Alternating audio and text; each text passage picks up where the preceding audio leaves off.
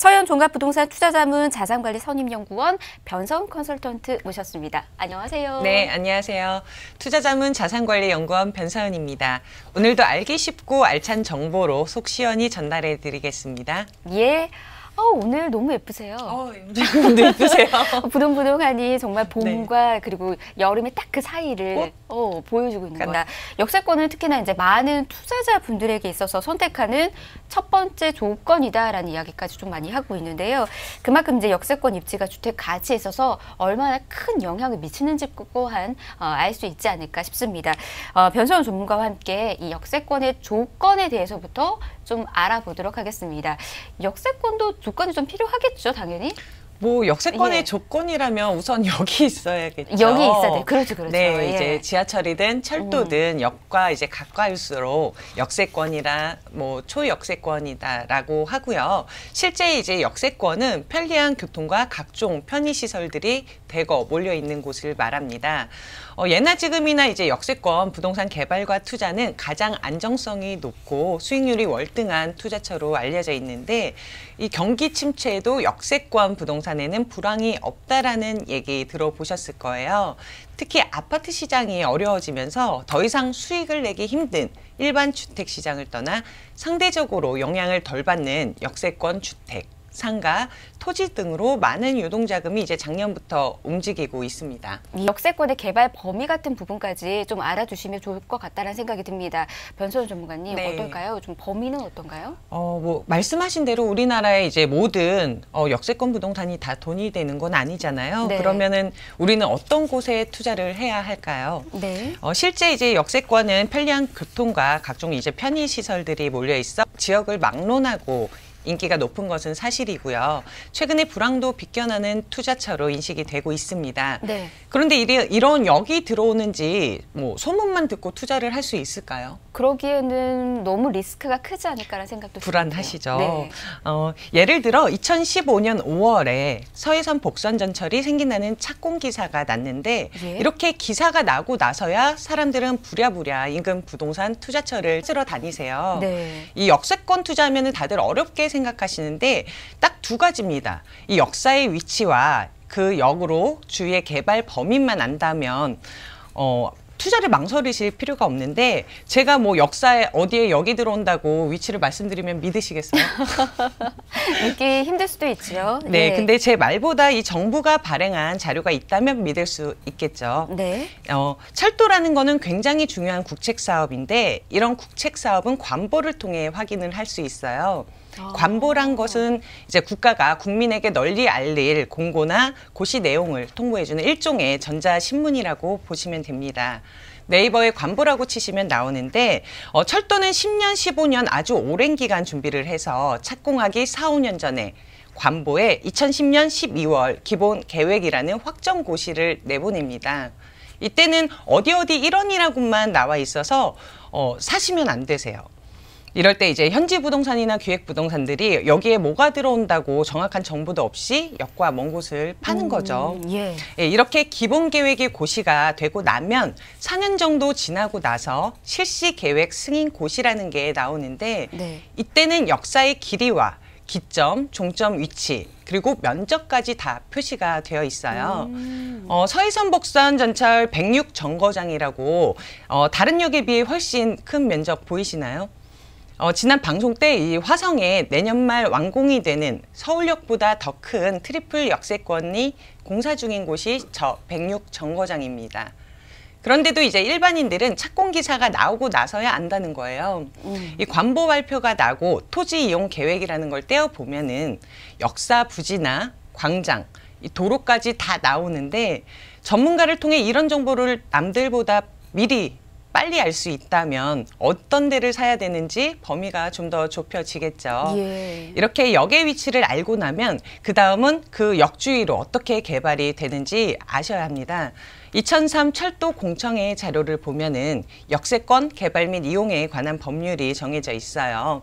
이 역세권이라는 개발 모델을 만들어 놓고 역주의는 이렇게 개발이 된다고 법으로 정해져 있는데 그 역세권의 공간 범위는 철도 부지, 우선 개발지, 그리고 간접 개발지로 나누어집니다. 철도는 도시철도와 일반철도 그리고 고속철도로 나뉘는데 우리가 알아야 할 곳은 일반적으로 이제 새롭게 들어가는 일반철도 역세권입니다. 가끔 역세권에 투자하신다고 뭐 역에서 아주 가까운 곳을 투자하시는 분들이 계시는데 예. 그러면 좋을까요? 나쁠까요?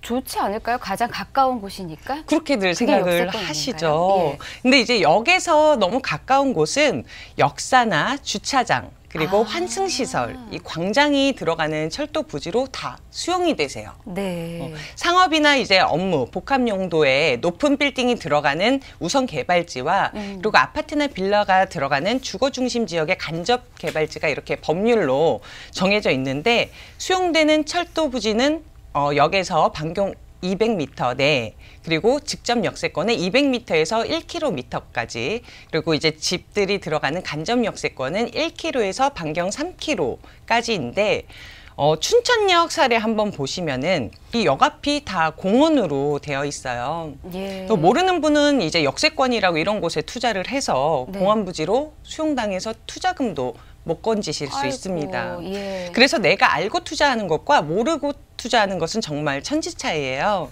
같은 곳을 투자해도 누구는 뭐 몇 년 만에 몇십 배 올랐다. 뭐 누구는 10년, 20년이 지나도 돈이 안 된다고 하는 그 차이죠. 예. 정말 역세권 투자 정말 희망하시는 분들은 방금 말씀해 주신 부분을 정말 꼭 기억해 주셔야 될 것 같습니다. 왜 역세권 투자 희망하시는 분들이 나중에 역세권 주변의 개발이 다 끝나고 나서 그때 이제 투자하시려고 하면 이미 땅값은 다 올라서 너무 네. 비싼 상태에서 이제 접근을 해야 되는 상태인 거잖아요. 그러니까 나중에 알게 되는 경우보다는 미리미리 알아갈 수 있는 방법 없었을까 이렇게 고민하셨던 분들은 이제 포털 사이트에서 관보 검색하시면은 그 안에서 이유와 관련된 사업과 관련된 이야기들을 계속해서 들으실 수가 있으니까 미리미리 투자 계획 세워서 접근해 보시고 그냥 바로 접근하시는 것보다 꼭 전문가의 상담 받아보시기 바라겠습니다. 변소연 전문가님, 역세권 부동산에 투자해서 성공한 사례가 있다면 어떤 것들이 있는지 좀 알아볼까요? 성공 사례는 일단 너무너무 많아요. 앞서 얘기 드린 이제 용도 지역이 변경이 되면은 그 시세 차익이 엄청 크게 나는 거죠. 2006년도 기사인데 네. 땅 100평 주민들 당시 BMW 하나씩들 뽑았다. 어느 지역일까요? 바로 LG가 들어간 2기 신도시 파주입니다. 예. 이 파주는 99% 군사 보호구역이에요. 네. 이 2003년에 원롱명 평당 7, 8만 원이었던 곳이 300만 원에서 비싼 곳은 5, 600만 원까지 3년 새에 30배 오른 곳도 있다는 기사입니다. 사실인지 이 토지 이용 계획과 공시지가를 떼어보니까 LG 디스플레이에서 300m에서 이제 400m 정도 떨어진 계획관리 지역입니다. 지목이 대이고 지가가 제곱미터당 100만 3천 원. 그럼 평으로 환산하면 곱하기 3.3이니까 평당 330만 원이고 시세는 지금 1,000만 원이 훌쩍 넘었습니다. 예. 이 공시지가는 시세가 아니라 나라에서 세금 매기기 위한 최소로 잡는 금액이거든요.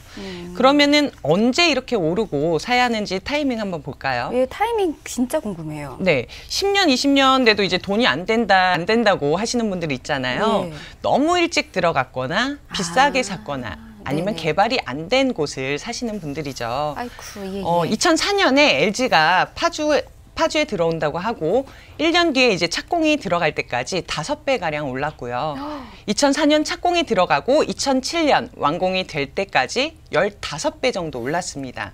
불과 3년 만이에요. 네. 그러면 이 사례가 베스트일까요? 베스트이지 않을까요? 무려 15배인데? 더 오른 곳이 있습니다. 어머머. 바로 살인의 추억으로 유명한 화성 아시죠? 그렇죠. 네, 삼성이 들어가면서 개발된 동탄의 병점역입니다. 역시 삼성전자에서 500m 거리에 있는 곳이고요. 네. 마찬가지로 2004년에 삼성전자 산업단지가 착공이 들어갈 시점에 공시지가가 제곱미터당 51,800원. 네. 그리고 2009년 완공된 시점에는 제곱미터당 520만 원. 몇 배인가요? 몇 배가 지금 오른 거예요? 100배가, 와우. 5년 만에 100배가 예. 올랐고 현재 시세는 이곳은 평당 5천만 원이 훨씬 호가하는 곳입니다. 앞서 이제 두 사례로 알 수 있는 것은 투자 타이밍은 이 착공과 완공 사이라는 거예요. 이때 들어가셔야 오래 기다리지 않고 많이 오를 수 있습니다. 예, 변성훈 전문가도 팁 알려주실까요, 그러면? 네, 저도 역시 뭐 마찬가지예요. 이 여기 들어온다는 소문만 믿고 묻지마 투자하지 마시고 미리 관심 있는 지역이 있다면 앞서 말씀드린 이제 관보에 나오는 정확한 위치나 토지 이용 계획상에 여기 어디에 들어오는지, 얼마의 크기로 지어지는지, 그리고 도로는 어디로 나는지 확인하셔야 합니다. 네. 이 전문가처럼 이런 걸 미리미리 찾아보지 못했다면은 착공이 들어간 후에라도 알아보고 선택을 하시는 게 좋고요. 그리고 역에서 너무 가까운 곳은 아까 말씀드린 대로 수용이 되니 피하시고 200m 이상 떨어진 곳이 안전합니다. 그리고 1km 내에 내가 투자할 곳 타이밍을 놓쳤다고 하시면 높은 빌딩이 들어가는 이 상업지 대신 주거지가 될 만한 3km 내라도 잘 알아보고 투자를 하시면 좋고요. 네. 이 수도권은 지금 신도시를 만들 때 40%를 공원으로 의무적으로 지어야 하는데 이 공원이 들어가는지 그리고 도로가 들어가는지 이렇게 수용될 곳을 피해서 전문가의 도움을 받으신다면 더욱더 뭐 리스크는 줄이고 안전한 투자를 할 수 있습니다. 예, 그 역세권이 답인가에 대한 정리도 한번 해보도록 하겠습니다. 일단 변성훈 전문가님, 네. 답 한번 좀 주시죠. 네. 예. 네, 역세권은 이 부동산 경기나 뭐 부동산 종류와 상관없이 항상 답이었고 답이고 앞으로도 답일 것입니다. 예. 그리고 교통과 일자리 사이가 이 개발 축이고 자세한 입지는 전문가와 좀 상의를 하시고 투자를 하시면 좋고요. 말씀드린 대로 투자 타이밍은 착공과 완공 사이에 들어가셔야 오래 기다리지 않고 많은 수익을 얻을 수 있습니다. 예.